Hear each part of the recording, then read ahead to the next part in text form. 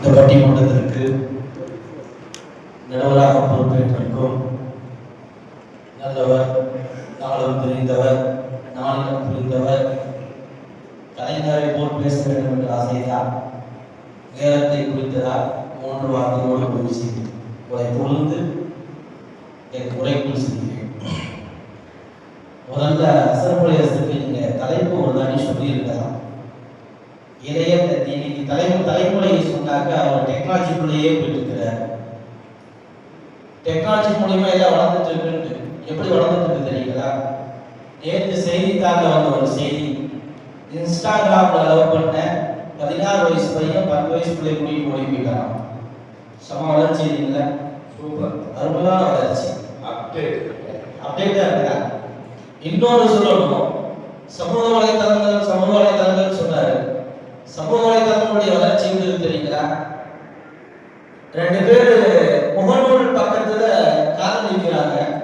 ரொம்ப நாள் காதலிச்சதுக்கு பின்னாடி சரி 2 பேர் சந்திக்கலாம் அப்படின்னு சொல்லி முடிவு பண்ணி ஒரு இடத்த ஃபிக்ஸட் பண்ணி 2 பேரும் வந்து சந்திக்கலாம் பார்க்கும்போது 2 பேருக்கும் பெரிய அதிர்ச்சி. ஏன் தெரியுங்களா? 2 பேர் லவ் பண்ணது அப்பாவும் பிள்ளையும். எவ்வளவு பெரிய வளர்ச்சி இல்லவா? நடந்து கொண்டிருக்கக்கூடிய நிகழ்வு இது. இணையத்தின் வளர்ச்சி இங்கு ஈமானை பறித்துக் கொண்டிருக்கிறது என்பதுதான் இங்கு ஆபத்து என்பதை நாங்கள் சொல்லிக் கொண்டிருக்கிறோம். இன்னொன்னு அப்துல்லாஹ் பேசும்போது கல்வியில எவ்வளவு தூரம் வளர்ந்திருக்கு தெரியுங்களா அப்படின்னாரு. அதுக்கடுத்து அசனஜத்து பேசும்பொழுது மாடெல்லாம் உதாரணமா காட்டாரு. இந்த கல்விக்கு நான் ஒரு மாடை உதாரணமா காட்டுறாங்க. ஒரு நல்ல படிச்ச ஒரு பட்டதாரி ஒரு கிராமத்துக்கு போயிருக்காரு. கிராமத்துக்கு போனா ஒரு மாடு ஆட்டோமேட்டிக்கா சுத்திட்டே இருந்திருக்கு, செக்கை இழுத்துக்கிட்டே இருந்திருக்கு. அதை பார்த்துட்டு இருந்த ஒரு தூரமா இருந்த மாடு பாட்டு செக்கை இழுத்துட்டு யாருமே காணமேனு எட்டி பார்த்தா ஒரு புதுசுக்குள்ள வயசான ஒரு படுத்துக்கிட்டு கிடக்குறாரு. அவரை போய் கேட்கிறாரு, ஏங்க மாடை பார்த்து நீங்க சுத்த விட்டுட்டு நீங்க ஒரு படுத்து கிடக்குறீங்க, மாடு பாட்டுக்கு சுத்தாம நின்றுச்சு என்ன பண்ணுவீங்க அப்படின்னு கேட்டாரு. இல்லப்பா, அது கழுத்துல நான் ஒரு மணியை கட்டி இருக்கிறேன், அந்த மணியினுடைய சவுண்ட் நின்றுச்சு அப்படின்னாக்கா மாடு நின்றுச்சுன்னு அர்த்தம், நான் போய் அதை விரட்டி விடுங்க, அது மீண்டும் சுத்த ஆரம்பிக்க, நான் மீண்டும் ஒரு ஓய்வு எடுப்பேன் அப்படின்னு. ஒருவேளை மாடு நின்றுக்கிட்டே தலையாட்டுச்சுன்னா என்ன பண்ணுவீங்க அப்படின்னு. அதுக்கு அவர் சொன்னாரு, இதனாலதான் நான் மாடை படிக்கவே வைக்கிறேன் அப்படின்னாரு. இதுதான் இன்னைக்கு கல்வியினுடைய யதார்த்தம். கல்வியினுடைய யதார்த்தம் இதுதான். இன்னைக்கு எதை நோக்கி கல்வி செல்கிறது அப்படின்னா ஒட்டுமொத்தமா தவறான திசை நோக்கி தான் செல்லுது. ஒரு மாத காலத்திற்கு முன்னால் ஈரானுடைய அரசாங்கம் ஒரு சட்டத்தை ஏற்றுகிறது, ஹிஜாப் என்பது கட்டாயம் அப்படின்னு சொன்னாங்க. சொன்ன உடனே கல்வி என்ன வேலை செஞ்சது தெரியுங்களா? ஒரு பெண்மணி இஸ்லாமிய ஒரு கல்லூரிக்குள் ஆடை இல்லாமல் வந்து நின்று ஃபெமினிசம் பேசிய நிகழ்வு நடந்தது. இதுதான் இன்னைக்கு கல்வி. ஆடை இல்லாமல் குல்லில் முஃமினாத் யகுல்ன மின் அப்சாரிஹின்ன என்று ஆயத்தை சொன்ன இந்த சமூகம் இன்று எப்படி மாறிட்டு இருக்கு? ஆடை இல்லாமல் இஸ்லாமிய கல்லூரிக்கு அரைகுறை ஆடையுடன் இருக்கக்கூடிய ஒரு சூழல். இதுல எங்க வந்திருக்கு? எது ஆரோக்கியம்? இன்னொரு கல்வி சாலைகள் தான் ஆரோக்கியமான விஷயத்தை போதிக்குதுன்னாங்க. அதெல்லாம் யதார்த்தமான உண்மைதான். ஏன்னா அவங்க விதி வேற எதுவும் சொல்லித்தர முடியாது. ஆனா அது எப்படி எடுத்துக்கிறாங்க தெரியுங்களா? சமீபத்தில் ஒரு இதை கேள்விப்பட்டிருப்பீங்க. ஒரு பையன் அழகா ஒரு கவிதை சொன்னான். சார் வரட்டாரு, டேய் முடி ஒழுங்கா வெட்டிட்டு வாடா, நான் அடிச்சு குச்சி போடுவேன் அப்படின்னு. அதுக்கு அவர் சொன்னாங்க, சார் என்ன பண்ணுவீங்க அப்படின்னு. வரட்டா அப்படியே, டேய் போலீஸ் சொல்லிடுடா, போலீஸ் சொல்லுவீங்களா, சொல்லிக்கோங்க, ஏறுனால இறங்கி இறங்கினா செய்து வெளியே வந்தா பெய்யுது, அவ்வளவுதான் வாழ்க்கை. இன்னைக்கு இளைஞருடைய தத்துவம் இது. ஏறுனா இறங்கினா செய்து வெளியே வந்தா பெய்யுது, அவ்வளவுதான். இதுல எங்க இருக்கு கல்வியினுடையது? கல்வி சாலை எங்க போயிட்டு இருக்குது? கல்வி சாலை எல்லாம் ஒட்டுமொத்தமா இன்னைக்கு ஆபத்தான சூழ்நிலை தான் போயிட்டு இருக்கு. அதே போல உத்தரப்பிரதேசத்துல ஒரு படிச்ச இளைஞர் வந்துட்டு தன்னுடைய பெற்றோர் மீது வழக்கு போட்டார். என்ன வழக்கு தெரியுங்களா?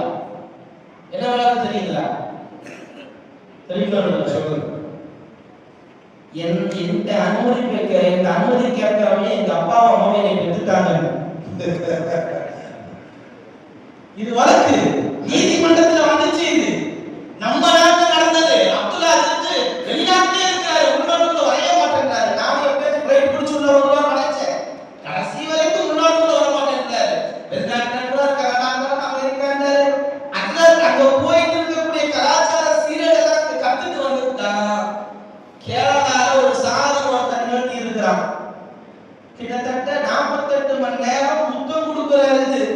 வெளிநாட்டு கலாச்சாரத்தை கொண்டு வந்து திணிச்சிருக்கோம். இதுல எங்க ஆரோக்கியம் இருக்குது? லேட்டஸ்டா ஏதாவது செய்யணும்னு சொல்லி ஒரு மாப்பிள்ளை இப்ப சந்தாக்க வந்தாங்க. கேரளாவுடைய கலாச்சாரம் செய்யும் மாப்பிள்ளை சந்தாக்க வந்தா போய் தோற்றிருந்தா என்ன அவரே போட்டுட்டா. அதே போல இன்னைக்கு பொருளாதாரத்துல நல்ல நிலையில இருக்கிறாங்க அப்படின்ட்டு நடுவர்களே பொதுவாகவே அந்த காலத்துல இருந்து இந்த காலம் வரைக்கும் ஒரு விஷயத்த சொல்லுவாங்க. 4 பேருக்கு முன்னாடி நல்லா இருக்கணும். அந்த 4 பேர் பார்த்துருக்கீங்க? யாருன்னு தான் தெரியல, பார்த்துருக்கீங்க? பேசுமாவும் மோதினாலும் முத்தமல்லி தலைவர் அவங்க நல்லா இருக்க மாட்டாங்க. அவங்க நல்லா இருக்க மாட்டாங்க.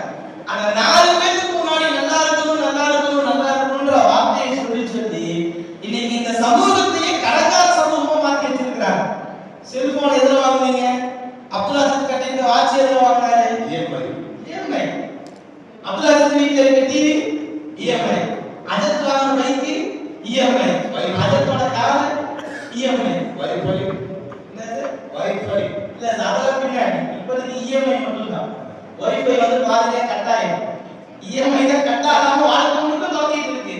நிறைய பேரு வீட்டு லோன் வாங்கிட்டு கடைசி வரைக்கும் கட்ட முடியாம கட்டுவ செய்தவங்க ஏராளமா இருக்கிறாங்க. இந்த வீட்டு லோன் வாங்குறவங்க யாருமே கடைசி வரைக்கும் கட்ட மாட்டாங்க. ஒரு தனியார் தொலைக்காட்சி நடத்திய நிகழ்ச்சியில இந்த வீட்டு லோன் அடைக்கிறது எப்படின்னு சொல்லி கேட்கிறாரு. அங்க நின்று இருந்த ஜட்ஜா நின்று இருந்தவரும் தலை சுத்திருச்சு. எப்ப கடைசி வரைக்கும் அவன் கட்டவே மாட்டானா, கட்ட விட மாட்டாங்கிறாங்க அப்படின்ட்டாங்க.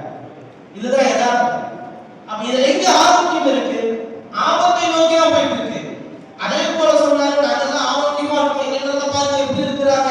நடுவர் அவர்களே 13 வயசுல சக்கரை நோய் இருக்கு. 20 இந்தியாவுடைய புள்ளி விவரத்தை சொன்னாங்க. இந்தியாவுடைய புள்ளி விவரத்தை எடுத்து நீங்க பாருங்க. மது அருந்துவருடைய ஆரம்ப வயசு 16. WHO சொல்லக்கூடிய அறிக்கை. எங்க ஆரோக்கியம் இருக்கு? மதுனுடைய ஆரம்ப வயசு 16. இதுல ஆரோக்கியம் ஆரோக்கியம்னாக்கா பேசுறதுக்கு வேற நல்லா இருக்கும், பிராக்டிகலுக்கு எதுவுமே சாத்தியமாகாது. அதுதான் யதார்த்தம். அதுதான் யதார்த்தம். உணவு பழக்க வழக்கங்கள் சொன்னாங்க. இன்னைக்கு யாராச்சும் ஹலால ஹராம் பார்க்கறாங்க.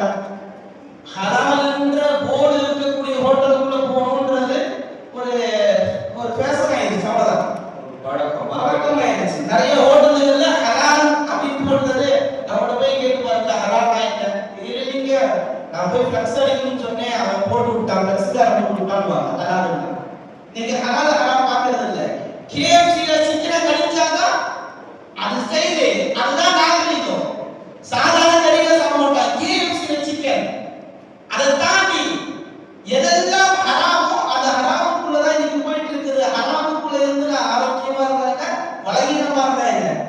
ஹராம் என்றாலே அது பலகீனம் தான். அதனால கணிக்கக்கூடிய நடுவர்களே, இளைய தலைமுறை இன்றைய தலைமுறை முழுக்க முழுக்க முழுக்க முழுக்க ஆரோக்கியமானதாக இல்ல, ஆபத்தானதாகத்தான் இருக்கிறது.